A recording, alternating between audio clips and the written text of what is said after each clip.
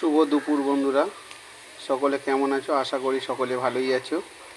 আজকের দুপুরের আমার মেনু উচ্ছে আলু ভাজা, সাথে থাকবে ডিম আলু দিয়ে ঝাল। দেখতেই পাচ্ছেন বন্ধুরা, আমার উচ্ছে আলু ভাজা হয়ে গেছে।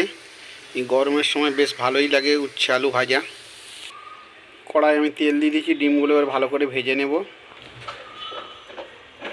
এরকমভাবে একে একে সব ডিমগুলো ভালো করে ভেজে নেব। আমি ডিমগুলোর মধ্যে একটু পেঁয়াজ কুচি, একটু লঙ্কা কুচি দিয়েছি ভালো স্বাদের জন্য। দেখতেই পাচ্ছেন বন্ধুরা, ডিমগুলো কত সুন্দর ভাজা হয়েছে। এরকমভাবে আমি সব ডিমগুলো ভেজে নেব। প্রথমে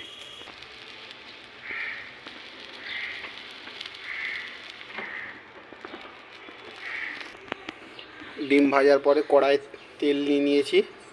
তেল দেওয়ার পরে এবার আমি ফোড়নগুলো দিয়ে দেবো একে একে। গোটা জিরে, গোটা গরম মশলা, তেজপাতা, আর আমি কাঁচা লঙ্কার তরকারি করব, তাই কটা কাঁচা লঙ্কা। এবার এর মধ্যে দিয়ে দেবো কেটে রাখা পেঁয়াজটা দিয়ে একটু ভালো করে ভাজবো। আমার পেঁয়াজটা ভাজা ভাজা হয়ে গেছে। এবার এর মধ্যে দিয়ে দেবো কেটে রাখা আলুটা দিয়ে একটু ভালো করে ভেজে নেব। এবার আমি এর মধ্যে অ্যাড করব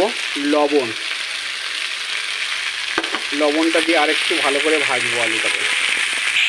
লবণ দিয়ে ভালো করে ভেজে নেওয়ার পরে এর মধ্যে এবার অ্যাড করব কেটে রাখা টমেটোটা দিয়ে আমি আরেকটুখানি চাপা দিয়ে ভালো করে ভেজে নেব।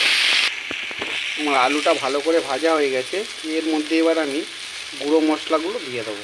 হলুদ গুঁড়ো, জিরে গুঁড়ো আর ধনিয়া গুঁড়ো। যেহেতু আমার কাঁচা লঙ্কার তরকারি, তার জন্য আমি গুঁড়ো লঙ্কা দিলাম না। সব মশলাগুলো দিয়ে এবার এটাকে ভালো করে একটু কষিয়ে নেব।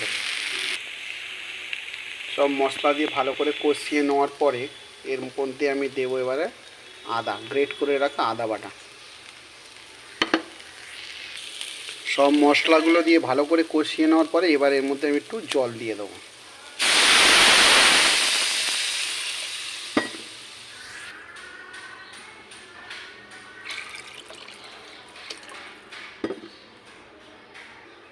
জল দেওয়ার পরে এটাকে আমি একটু চাপা দিয়ে বেশ কিছুক্ষণ ফুটতে দেবো। ভালো করে ফুটিয়ে নিতে হবে। দেখতেই পাচ্ছেন বন্ধুরা কেমন তরকারিটা ফুটে উঠেছে। এবার এর মধ্যে আমি দিয়ে দেবো ভেজে রাখা ডিমগুলো।